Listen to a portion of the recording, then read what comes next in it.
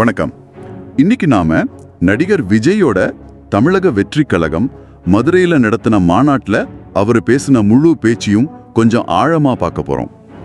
இதுக்கு ஆதாரமா cinema Vikatan YouTube சேனல்ல வந்த அந்த பேச்சோட எழுத்து வடிவத்தை எடுத்திருக்கோம். இதுல என்ன முக்கியமான விஷயங்கள் இருக்கு, விஜய் என்ன மாதிரியான அரசியல் நிலைப்பாட்டை சொல்றாரு, அவரோட கட்சியோட ஃபியூச்சர் பிளான்ஸ் என்ன, இதையெல்லாம் புரிஞ்சுக்க முயற்சி செய்வோம். உங்களுக்கு தேவையான தகவல்களை தொகுத்து தரோம். சரி, ஆரம்பிக்கலாமா?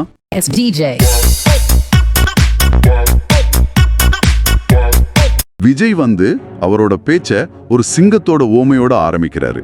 அதுவும் சும்மா இல்லாம வேட்டைக்கு மட்டும் வரும், குறி வச்சு தாக்கும், தன்னோட எல்லைய வகுக்கும், கெட்டு போனதை தொடாது, தனியாவும் வரும், கூட்டமாவும் இருக்கும், ஆனா தனித்துவத்தை இழக்காது, இப்படியெல்லாம் சொல்றாரு. இது சும்மா பேச்சுக்காகவா, இல்ல இதுக்குள்ள வேற ஏதோ அர்த்தம் இருக்கா? இல்ல, இது வெறும் அலங்கார பேச்சு இல்லைங்க. இங்க சுவாரஸ்யமான விஷயம் என்னன்னா, அந்த சிங்க ஊமை வலிமை, அப்புறம் ஒரு குறிக்கோளோட செயல்படுறது, சுதந்திரமா இயங்குறது, அதே சமயம் ஒரு கட்டுப்பாட்டையும் வச்சுக்கிறது, இது எல்லாத்தையும் உணர்த்துது. அவரோட அரசியல் என்ட்ரி சும்மா திடீர்னு வந்ததில்ல, நல்ல பிளான் பண்ணி ரொம்ப ஸ்ட்ராங்கா இருக்குன்னு காட்ட இந்த ஊமையை பயன்படுத்துறாருன்னு நல்லா தெரியுது. ஆமா, குறிப்பா அந்த வேட்டைக்கு மட்டும்தான் வெளியில வரும், பெரிய சைஸுள்ள மிருகங்களை குறி வச்சு தாக்கும், கெட்டு போனதை தொட்டு கூட பார்க்காது. இந்த வரிகள்லாம் ஒரு வார்னிங் மாதிரியோ இல்ல ஒரு உறுதி மாதிரி துணிக்குது இல்லையா? அவர் சந்திக்க போற அரசியல் களத்தை சொல்ற மாதிரி இருக்குமோ? கரெக்ட், சரியா சொன்னீங்க. அது மட்டும் இல்லாம தன்னோட ரசிகர்களை சிங்க குட்டிகள், சிங்க பெண்கள்னு சொல்றது மூலமா தன்னோட பலமே அந்த பேஸ்ல தான் இருக்குன்னு அழுத்தி சொல்றாரு. அதாவது அவர் தனியா வந்தாலும் பின்னாடி ஒரு பெரிய மக்கள் சக்தி இருக்குன்னு இந்த உவமை மூலமா சொல்ல வர்றாரு. இது சும்மா ஒரு ஆரம்பம் இல்ல, இனி வரப்போற அரசியல் பயணத்துக்கு ஒரு அஜெண்டா செட் பண்ற மாதிரி இருக்கு. அந்த சிங்க உவமைக்கு அப்புறம் பேச்சு ஒரு குறிப்பிட்ட இடத்தோட கனெக்ட் பண்றாரு. மதுரை மண்ணை பத்தி பேசுறாரு, ஜல்லிக்கட்டு, மீனாட்சி அம்மன் கோயில், உணர்வு பூர்வமான மக்கள்னு மதுரையோட அடையாளங்களை சொல்றாரு. அதோட புரட்சி தலைவர் எம்ஜிஆர், கேப்டன் விஜயகாந்த் இவங்களையும் குறிப்பிட்டாரு. இது சும்மா ஒரு மரியாதைக்காகவா, இல்ல இதுக்கு வேற அரசியல் முக்கியத்துவம் இருக்கா? மதுரைங்கிறது தமிழ்நாட்டோட அரசியல் கலாச்சார ரீதியா ரொம்ப முக்கியமான ஒரு சென்சிட்டிவான இடம். அங்க இருக்கிற மக்களோட உணர்வுகளோட தன்னை இணைச்சிக்கிறதுங்கிறது ஒரு எப்படி சொல்றது, ஒரு ஸ்ட்ராங்கான பாண்டிங் ஏற்படுத்த முயற்சி பண்றாரு. எம்ஜிஆர் சொல்றது சினிமா பேக்ரவுண்ட்ல இருந்து அரசியல்ல பெரிய சக்சஸ் ஆன ஒருத்தரோட வழியை ஞாபகப்படுத்துற மாதிரி இருக்கு. விஜயகாந்தும் மதுரைக்காரர் தானே, அவரும் ஆக்டரா இருந்து தனி கட்சி ஆரம்பிச்சவரு. அப்போ இந்த ரெண்டு பேரையும் சொல்றத தற்செயல் இருக்க போல? கண்டிப்பா இல்ல. எம்ஜிஆரோட அந்த மாஸ் அப்பீல், அரசியல் வெற்றி, விஜயகாந்தோட மதுரை மண் சார்ந்த அடையாளம், அவரோட அரசியல் பாதை, இத ரெண்டையும் சொல்றது மூலமா தனக்கு ஒரு அரசியல் தொடர்ச்சி இருக்கு, இல்ல அந்த வழியில போக விரும்புறேன்னு சூசகமா சொல்றாரு. இது நான் உணர்வு பூர்வமான உண்மையான அரசியல் செய்ய வந்திருக்கேன் அப்படின்னு சொல்ற செய்தியை இன்னும் வலுப்படுத்தவும் உதவுது. தன்னை அந்த மண்ணோட பிள்ளையா காட்டிக்கிற ஒரு முயற்சியாவும் இதை பார்க்கலாம். அடுத்து கட்சியின் நோக்கம், இலக்குகள் பத்தி பேசும்போது இது 2வது மாநில மாநாடு. அதோட 1967, 1977 மாதிரி 2026லயும் ஆட்சி மாற்றம் வரும்னு ஒரு ஹிஸ்டாரிக்கல் கம்பேரிசன் வேற பண்றாரு. இந்த வருஷங்களை சொல்றதுல என்ன முக்கியத்துவம்? அப்புறம் அரசியலுக்கு வரமாட்டாரு, கூட்டம் மோட்டா மாறாதுங்கிற விமர்சனங்களுக்கு அவரே பதில் சொல்ற மாதிரி பேசுறாரு. அந்த வருஷங்கள் 1967, 77லாம் தமிழ்நாடு பாலிடிக்ஸ்ல ரொம்ப முக்கியமான டேர்னிங் பாயிண்ட்ஸ் நடந்த டைம். அந்த மாதிரி ஒரு பெரிய மாற்றத்தை 2026ல கொண்டு வரும்னு அவர் சொல்றது கட்சியோட லட்சியத்தை ரொம்ப பெருசா செட் பண்றதை காட்டுது. விமர்சனங்களை அவரே சொல்றது அதெல்லாம் எனக்கு தெரியும், நான் ஃபேஸ் பண்ண ரெடின்னு சொல்ற மாதிரி இருக்கு. தந்தை பெரியார், பெருந்தலைவர் காமராஜர், அண்ணல் அம்பேத்கர், வீரமங்கை வேலுநாச்சியார், மக்கள் சேவகர் அஞ்சலி அம்மாள், இது ஒரு பெரிய சித்தாந்த தளத்தை கவர் பண்ற மாதிரி தெரியுதே. சமத்துவம், ஒடுக்கப்பட்டோர் உரிமை அம்பேத்கர், வீரம், பெண் தலைமை வேலுநாச்சியார், மக்கள் சேவை அஞ்சலி அம்மாள்னு இப்படி பலதரப்பட்ட கொள்கைகளோட தாக்கத்தை உள்வாங்கின ஒரு கட்சியா காட்ட முயற்சி பண்றாரு. இது ஒரு குறிப்பிட்ட சித்தாந்தத்துக்குள்ள தன்னை சுருக்கிக்காம இன்னும் பரவலா மக்களை ரீச் பண்ண நினைக்கிறத காட்டுது. யாருக்கான ஆட்சியா இருக்குன்னு சொல்லும்போது பெண் குழந்தைகள், பெண்கள், முதியோர் பாதுகாப்பு, இளைஞர்கள், உழவர்கள், நெசவாளர்கள், மீனவர்கள், மாற்றுத்திறனாளிகள், 3ஆம் பாலினத்தவர்னு கவர்மெண்டோட ஸ்பெஷல் கவனம் தேவைப்படுறவங்கள தெளிவா சொல்றாரு. இது ஒரு வெல்ஃபேர் ஸ்டேட், ஒரு நலன்புரி அரசு அமைக்கிற நோக்கத்தை காட்டுதா? ரொம்ப தெளிவா காட்டுது. நலன் புரிய அரசுன்னா கல்வி, சுகாதாரம் மாதிரி அடிப்படை தேவைகளையும், சமூகத்துல பின்தங்கினவங்க இல்ல ஸ்பெஷல் கேர் தேவைப்படுற மக்களோட நலனையும் உறுதி செய்யறதுல அரசு முக்கியமா இருக்கும். இவர் சொல்ற இந்த பிரிவினர் மேல இருக்கிற கவனம் அந்த மாதிரி ஒரு ஆட்சி முறையை நோக்கி தான் அவரோட பார்வை இருக்குன்னு காட்டுது. எந்த சமரசத்துக்கும் இடமில்லைன்னு அவர் சொல்றது இந்த கொள்கைகள்ல ரொம்ப உறுதியா இருப்பேன்னு சொல்ற மாதிரி இருக்கு. சரி, இப்ப பேச்சோட ரொம்ப முக்கியமான ஒருவேளை கொஞ்சம் கான்ட்ரவர்ஷியலான பகுதிக்கு வருவோம். கூட்டணி நிலைப்பாடு, எதிரிகள் பத்தி அவர் பேசினது.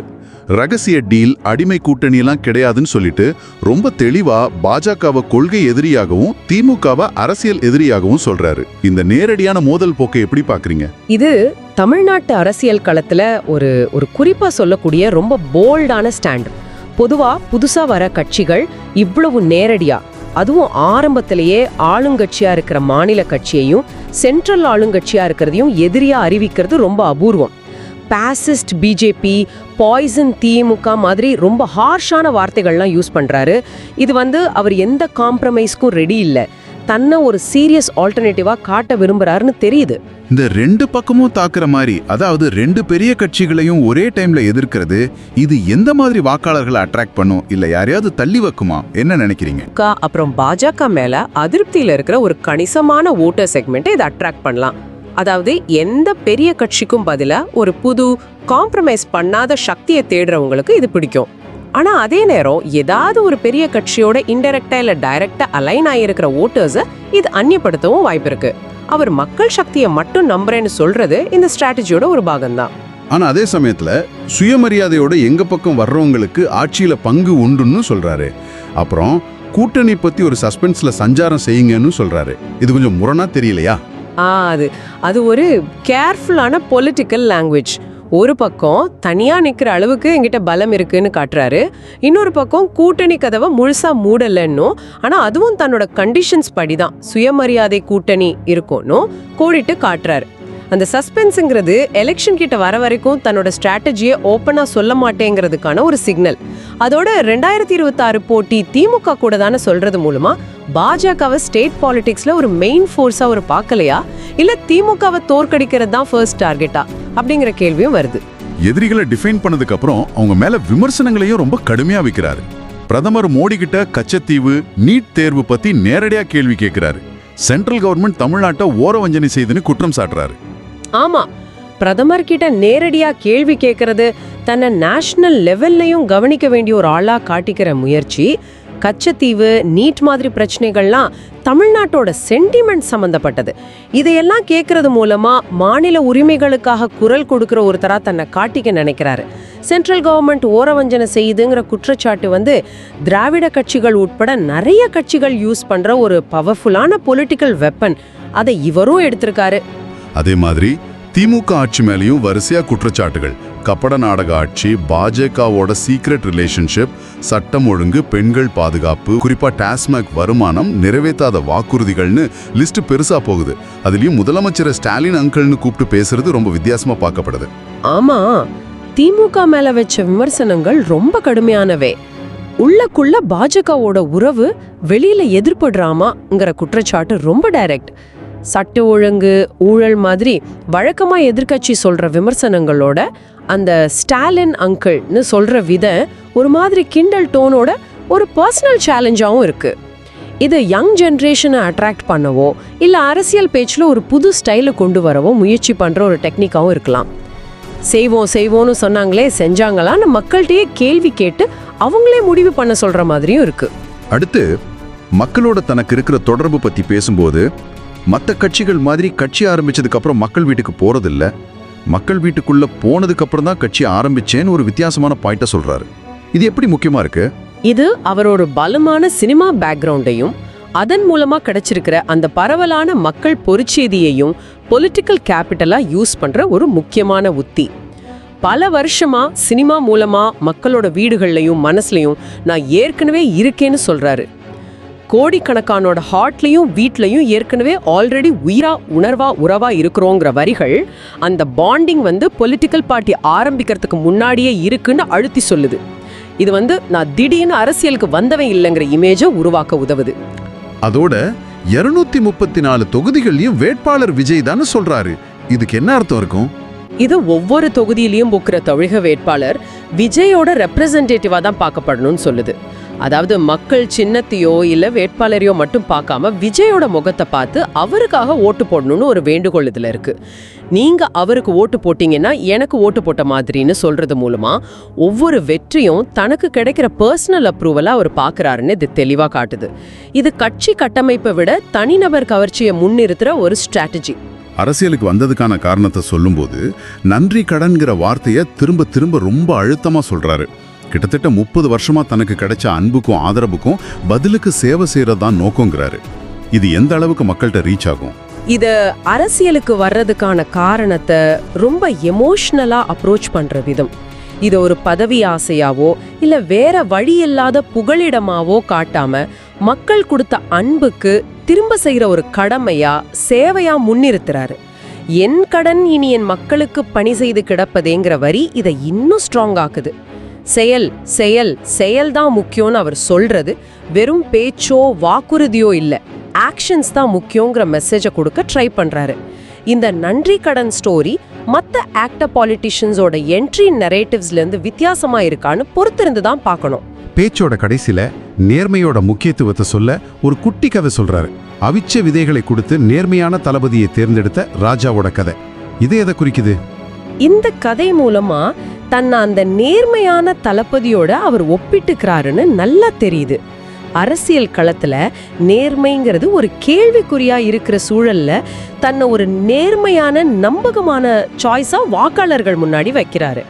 வாக்காளர்களை அந்த ராஜாவா பாவித்து திறமையை விட நேர்மைக்கு முக்கியத்துவம் கொடுத்து தன்னை செலக்ட் பண்ணணும்னு இன்டைரக்டா கேட்கிறாரு.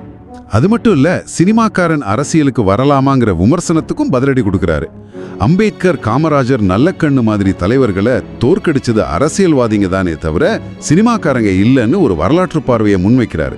இது தன்னை டிபெண்ட் பண்ணிக்கிற ஒரு ஸ்ட்ராங்கான வாதம். சினிமா பின்னணியிலேருந்து வர்றவங்க தகுதி இல்லாதவங்கங்கிற விமர்சனத்தை பேஸ் பண்ணி ஹிஸ்டரியில பெரிய தலைவர்களையே அரசியல்வாதிங்க தான் தோற்கடிச்சிருக்காங்கன்னு சுட்டி காட்டுறாரு. எல்லா அரசியல்வாதியும் அறிவாளி இல்ல, எல்லா சினிமாக்காரனும் முட்டாள் இல்லன்னு நேரடியா சொல்றது மூலமா அரசியலுக்கான தகுதிங்கிறது பேக்ரவுண்ட் இல்ல, அது நேர்மையும் திறமையும் தான் ஒரு வாதத்தை வைக்கிறாரு. கடைசியா நம்பிக்கையோட இருங்க, நல்லதே நடக்கும், வெற்றி நிச்சயம் ஒரு பாசிட்டிவ் மெசேஜோட தன்னோட ஆதரவாளர்களை ரத்த உறவுன்னு கூப்பிட்டு முடிக்கிறாரு. அந்த ரத்த உறவுங்கிற வார்த்தை வெறும் ஃபேன் ஆக்டருங்கிறத தாண்டி ஒரு ஆழமான எமோஷனல் ஃபேமிலி பாண்டிங்கை உருவாக்க முயற்சி பண்றதை காட்டுது. ரேஷன் கார்டுல பேர் இல்லைன்னாலும் நாம ஒரே குடும்பங்கிற மாதிரி கருத்துகள் இந்த உறவு பொலிட்டிக்கல் லாபங்களுக்கு அப்பாற்பட்டதா காட்டுற முயற்சி. இது அவரோட ஃபேன் பேஸை கட்சி தொண்டர்களா மாத்துறதுக்கான ஒரு உத்தியா இருக்கலாம். ஆக இந்த முழு பேச்சையும் நாம அலசி பார்க்கும்போது விஜய் ரொம்ப தெளிவா சில விஷயங்களை சொல்லியிருக்காரு. பாஜக, திமுக ரெண்டையும் எதிரியா அறிவிச்சு தன்னோட கட்சியோட நிலைப்பாட்டை சொல்லியிருக்காரு. பாதுகாப்பு, அடித்தட்டு மக்கள் நலன் இதுக்கெல்லாம் முன்னுரிமைன்னு சொல்லியிருக்காரு. நேர்மையை சென்ட்ரா வச்சு நன்றி கடன்கிற எமோஷனல் காரணத்தை சொல்லி தன்னோட ஃபேன் பேஸையே பொலிட்டிக்கல் கேபிட்டல் ஆக்கி களத்துல இறங்கியிருக்காரு. சிங்க உமை, தலைவர்களோட பேருங்க, நேரடி விமர்சனங்கள், கதை சொல்றதுன்னு பல டெக்னிக்ஸை யூஸ் பண்ணியிருக்காரு. ஆமா, இந்த ஸ்பீச் வெறும் பேச்சு இல்ல, இது ஒரு பொலிட்டிக்கல் ஸ்ட்ராட்டஜியோட தெளிவான வெளிப்பாடு. அவர் தன்னோட எதிரிகளை முடிவு பண்ணிட்டாரு, தன்னோட இலக்குகளை கோடிட்டு காட்டிட்டாரு, தன்னோட பலமா மக்கள் செல்வாக்கையும் நேர்மையையும் முன்னிறுத்துறாரு. இனி எழற முக்கியமான கேள்வி என்னன்னா, விஜயோட இந்த நேரடி சவால்களுக்கும் தெளிவான நிலைப்பாட்டுக்கும் தமிழ்நாட்டில் இருக்கிற எஸ்டாப்ளிஷ் பொலிட்டிக்கல் பார்ட்டிஸ், அதாவது திமுக, பாஜக, அப்புறம் அதிமுகவும் எப்படி ரியாக்ட் பண்ண போறாங்கிறது தான். நிச்சயமா 2026 தேர்தல் ஒரு பக்கம் இருக்கட்டும், ஒரு லாங் டேர்ம்ல பார்த்தா விஜயோட இந்த அரசியல் என்ட்ரி தமிழ்நாடு அரசியல் களத்துல என்ன மாதிரி தாக்கங்களை ஏற்படுத்தும்? இது இங்க இருக்கிற அரசியல் சமன்பாடுகளை மாத்தி அமைக்குமா? இதை பத்தி நீங்களும் யோசிச்சு பாருங்க. மறுபடியும் சந்திப்போம். நன்றி.